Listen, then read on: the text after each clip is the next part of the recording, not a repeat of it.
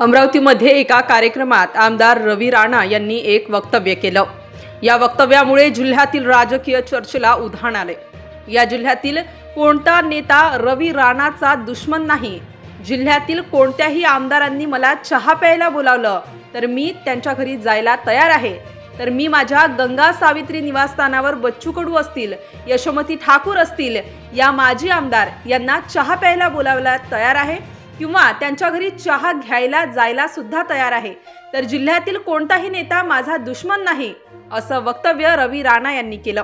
ज्या लोकांनी, ज्या नेत्यांनी अशा मनामध्ये गाठा बांधून ठेवल्या होत्या आणि त्या गाठा नष्ट करण्याचं जनतेने काम केलं। जनतेने त्यांना धडा शिकवला।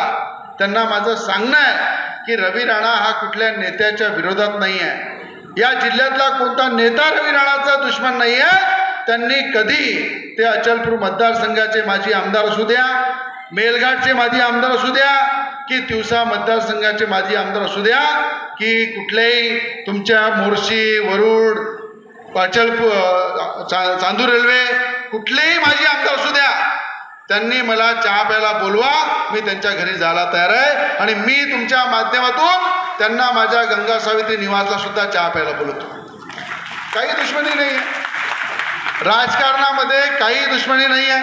मला आठवते नवनीत राणा हरल्यानंतर आमचे आदरणीय अमरावती जिल्ह्याचे खासदार बळवंतजी वानखडे यांना मी मिठी घेऊन त्यांना अभिनंदन केलं। मिठी मारल्यानंतर ते घाबरले की बा हे मिठी जर बाकी नेत्यांनी पाहिली तर अडचण आहे माझी, पण मी त्याला त्यांना जरूर चांगली मिठी मारली आणि त्यांचं अभिनंदन केलं।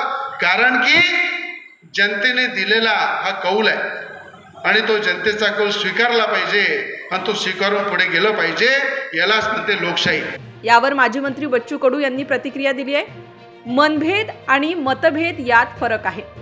मनभेद होण्यासाठी थोडा वेळ लागेल, तर चहा पिणे इतकं वातावरण आधी तयार करू, नंतर चहा घेऊ।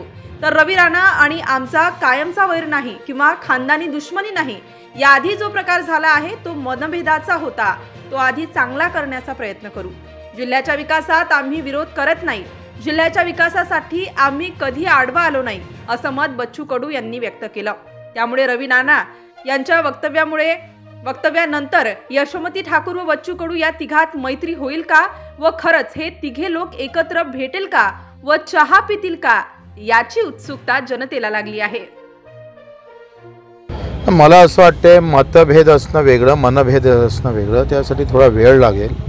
चहा पिण्याजोगतं पहिले वातावरण तयार करून मग पिऊ। मला काही त्याचा काही कायमचं आमचं काही वैर आहे किंवा खानदानी दुश्मन आहे असं नाही आहे। पण जे काही मधात जो प्रकार झालेला आहे तो मनभेदाचा होता, तो चांगला करण्याचा पहिले प्रयत्न करू, नंतर पाहू। जिल्ह्याच्या विकासासाठी एकत्र आलं पाहिजे असं त्यांना आम्ही कोण विरोध करणार?